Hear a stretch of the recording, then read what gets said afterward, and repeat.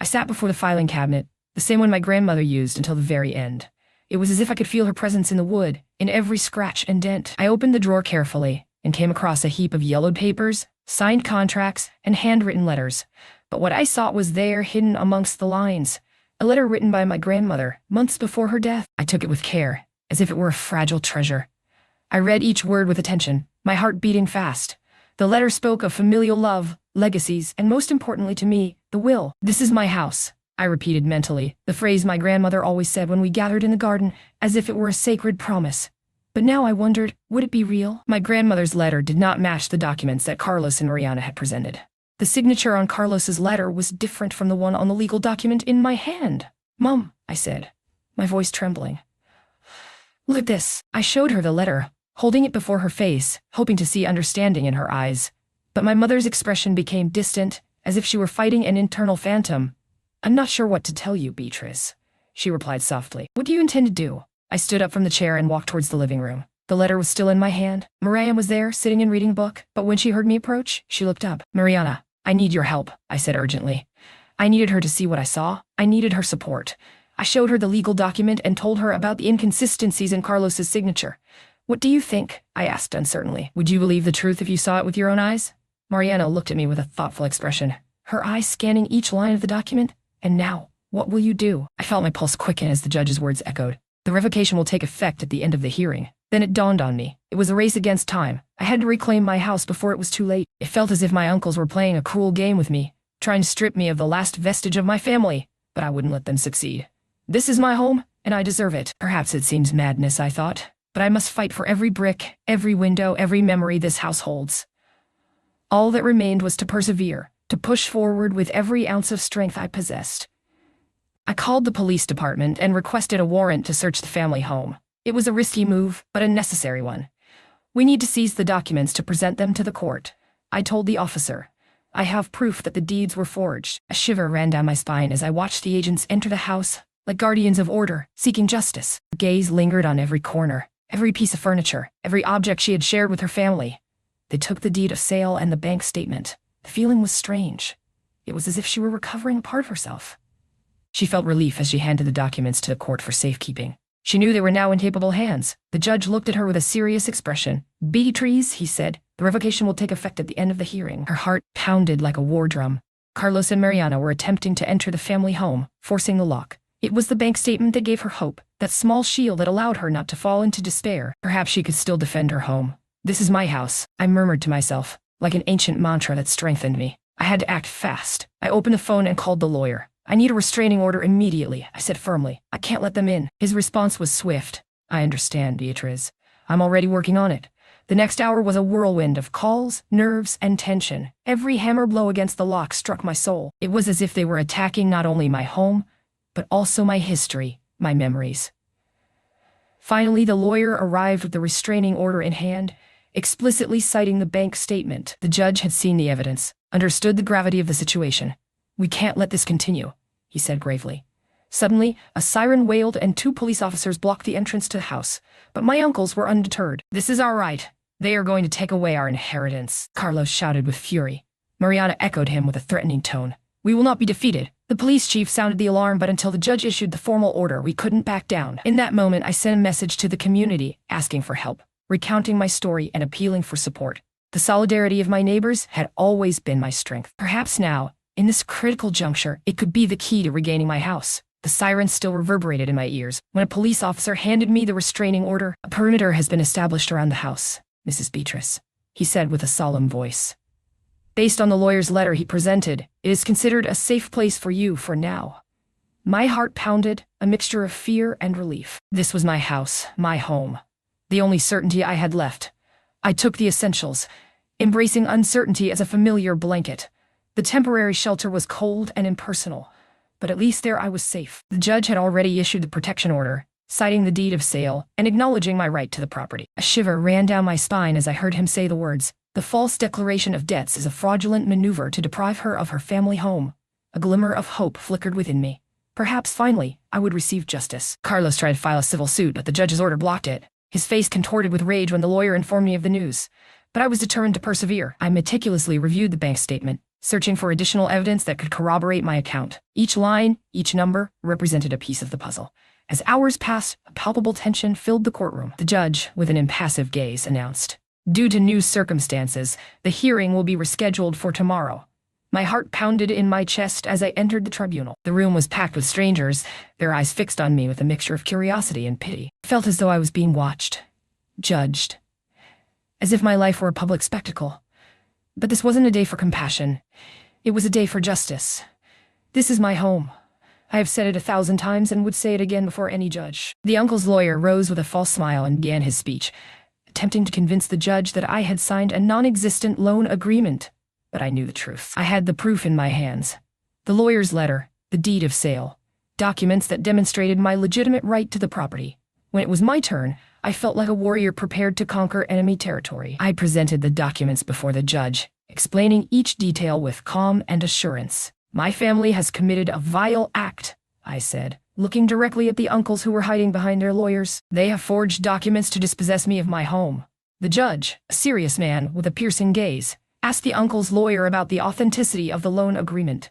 "It is completely legal." The lawyer said so, but his voice trembled slightly. The judge looked at him with distrust and ordered him to present evidence. The lawyer's face turned as white as snow. Then, in a bold confession, the lawyer admitted that the contract was false. He cited the bank statement as proof, explaining how they had manipulated the figures to create the illusion of a non-existent debt. The courtroom fell silent, expectant. The judge, with a firm and steady voice, declared that the debt did not exist and ordered the immediate restitution of the property to me. I felt relieved, but also angry. They had tried to take my home from me, and almost succeeded. The ruling was delivered with a cold smile on the judge's face. "The order will be executed in 48 hours. The air was thick with tension. Even my breath felt like a rapid heartbeat. The moment of truth had arrived. The judge had issued the restitution order, and I was finally going to reclaim what was rightfully mine. "This is my home," I muttered forcefully, the words resonating like a promise in my ears. I felt the weight of the years, of the pain, of the dispossession. The fight for my family home had been long and arduous, but it was nearing its end. The door creaked open with a metallic groan, the voice of the police officer cutting through the silence. "Entry is permitted." Sound echoed like a blow against the silence of the house, a house that had rightfully been mine. I entered alongside my lawyer, each step firm and resolute. Carlos and Mariana's eyes widened with fury at my arrival, but they did not dare to stop me. My soul burned with a mixture of justice and pain. The altar in the living room was a monument to their mockery, where they had displayed the deed of sale as if it were theirs. I took it now in my hands, feeling the paper crackle under my grip. "Do not dare!" "Stay back!" Carlos roared, trying to reach me. But the agents pushed him back, containing his rage. The bank statement was in my bag, irrefutable evidence documenting the original transaction. I presented it to the judge, who examined it carefully. His eyes met mine, and for a moment, I felt the weight of his decision. "The evidence is clear," he declared finally. "The property legally belongs to Beatrice." A wave of relief washed over me. I had won. Finally, after so long, I had recovered what was rightfully mine. But victory didn't fill me with joy. It was a battle won, but the war was far from over. The ants looked at each other with fury. "We don't accept this," Mariana snarled. "Perhaps we can negotiate a deal." Her voice dripped with bitterness and contempt, but I was unyielding. "My house is mine," I replied with determination. "And there is nothing to discuss. Send the ruling to the court clerk for filing." It was as if a weight had lifted from my shoulders. After months of struggle, I had achieved it. My house, my home, was mine again. I sat in the building's cafe, sipping a hot latte, and glanced at the official notice hanging on the wall. The judge's decision was there, published for all to see.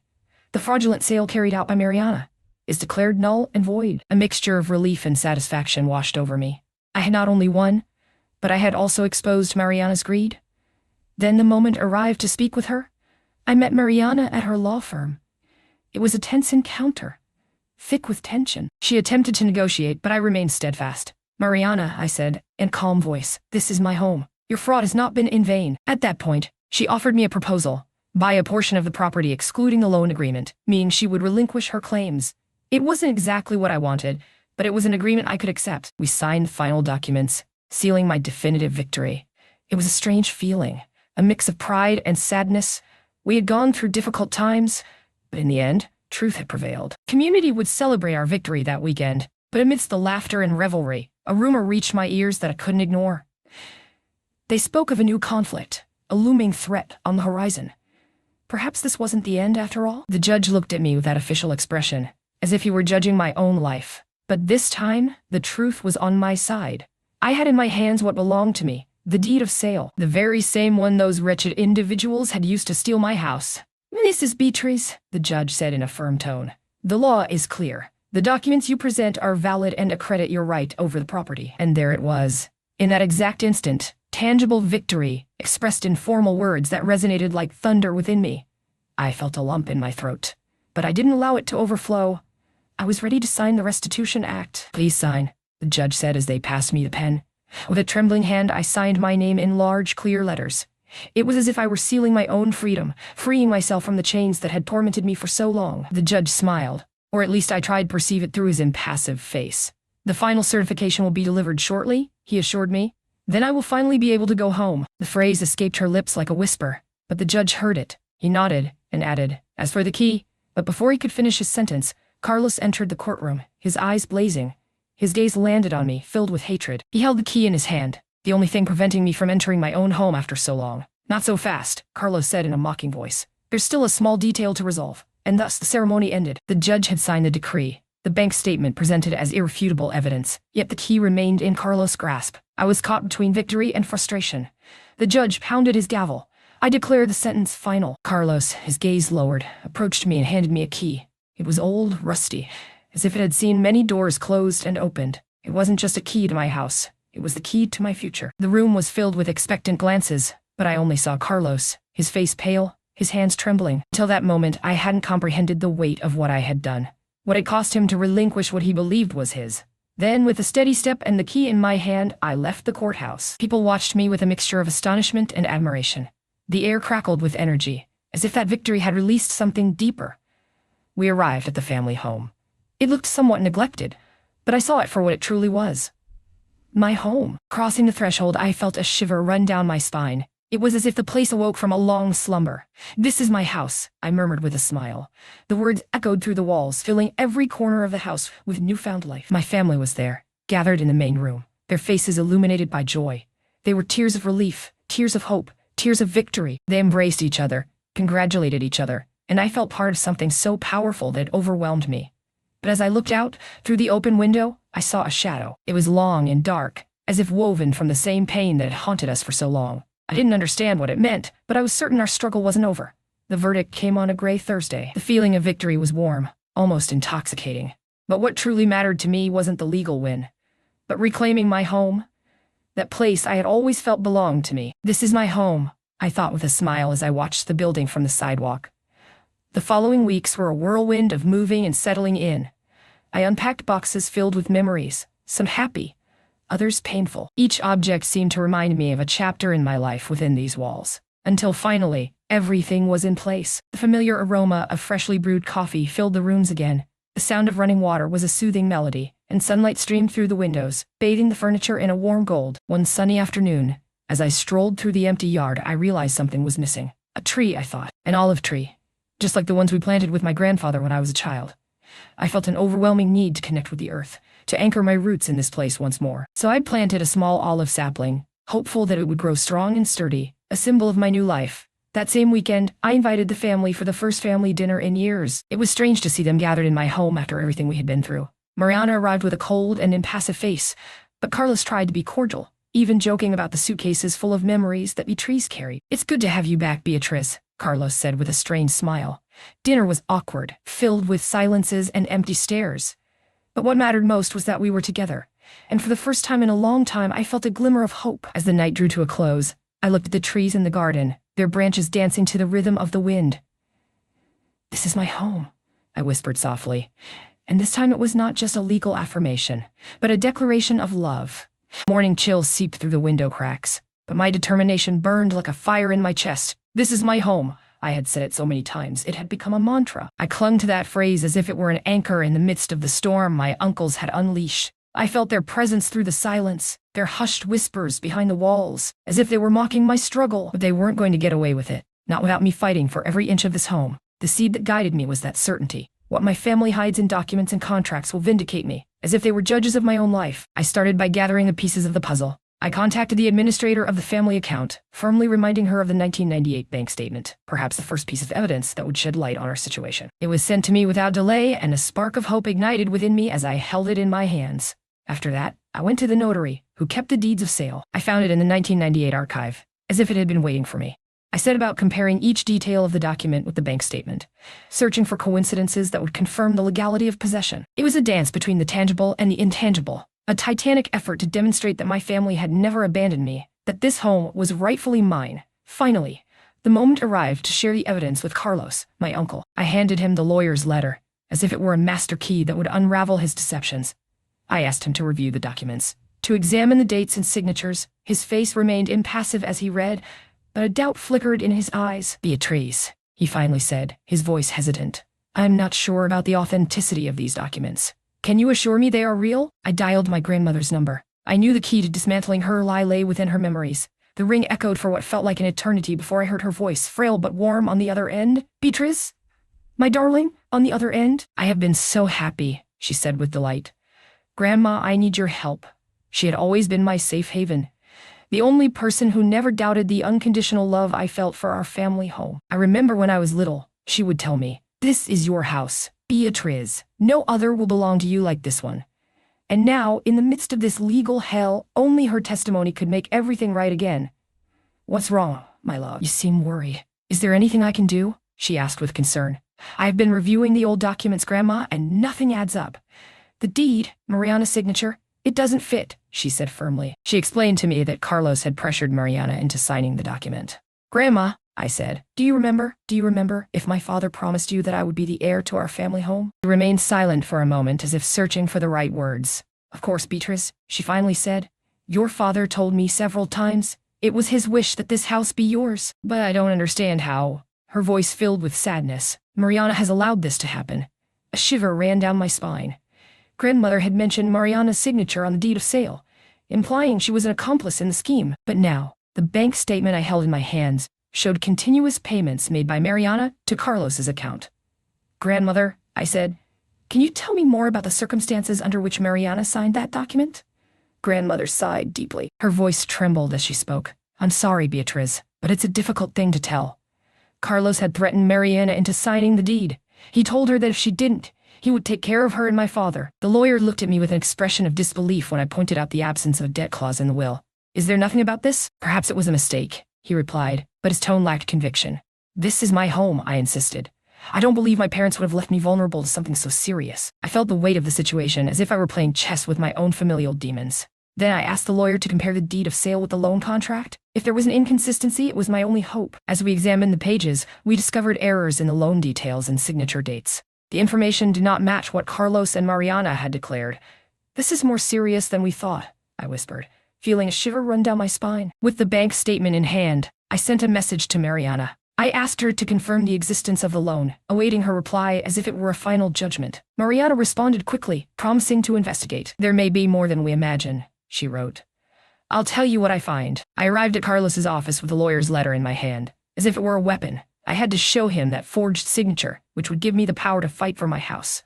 "This is my home," I said firmly, displaying the document. His face tightened as he read the words, and a shiver ran down my spine. It was irrefutable proof of the deception, as if they had been waiting for this moment. "What are you trying to do?" he asked, his tone threatening. Then, with a cold look, I said, "The signature is not genuine. Your lawyer has forged the document to dispossess me of my family home." Carlos stood up and started shouting, "You're defaming my honor. I shall sue you for defamation. Do not dare to accuse us without proof." His words struck me like blows, but I would not retreat.